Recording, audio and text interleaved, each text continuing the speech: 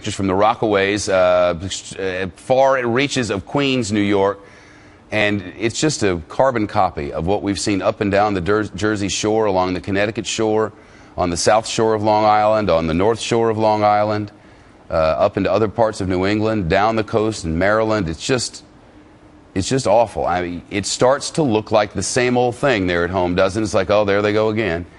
But every time it's another 400,000 people, another 500,000 people whose lives are in complete disarray. You cannot get gas for your car. You do not have electricity at your house. Your kids do not go to school. You can't get to work. There's not any food in the house. There's not any food at the supermarket. You can't get to the supermarket because there's no gas in the car.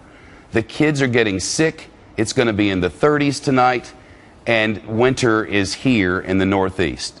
We have 3 days of fall every year, and they were beautiful. And now it's winter. And now there's sand everywhere, and there's no gas, and no food, and no water, and no electricity, and it's awful. And it's happening now. This morning, there were 4.7 million Americans with no power because of this storm. Seconds ago, we got an alert from the Department of Energy. Now it's 4.5 million. So 200,000 people have had the lights turned on today. At this pace, everything will be fine by the new year. There's word some businesses are trying to profit off the tragedy, as happens every storm. New Jersey officials say investigators are looking to around 100 complaints of price gouging at gas stations and hotels and other stores that sell necessities to storm victims. The judge is in the House. Fox News senior judicial analyst Judge Andrew Napolitano. After Hurricane Andrew, they did this in Andrew back in '92. And people went crazy, and they prosecuted people, and they put them in jail for it. Well, most states don't prosecute. I'm familiar with the cases not about a lot which of you're them, speaking. But, yeah. But they're very heavy with respect to fines, and these are not fines imposed after a trial. These are fines imposed by an inspector on the spot, and it's difficult to challenge the discretion exercised by the inspector. I'll give you an example. Some of these fines are serious.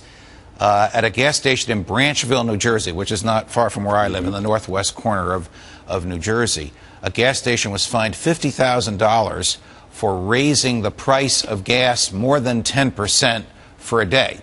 Now, the guy couldn't pay the $50,000, so the state took over the gas station. And the state didn't know what to do with the gas station, so they sold it back to the oil company, and the oil company sold it to somebody else. That's a very, very, very stiff fine, which probably didn't have the consequence that the state intended. But Governor Christie is serious and has dispatched a lot of inspectors to make sure this doesn't happen. And gas seems to be the issue. I know you talked about batteries and other things. Most states allow you to raise the price up to 10%, and they allow you to raise it above 10% from where it was before the tragedy if your suppliers have raised it. So, for example, we saw some cases in New York City this morning where restaurants and bodegas were charging $3 for a cup of coffee.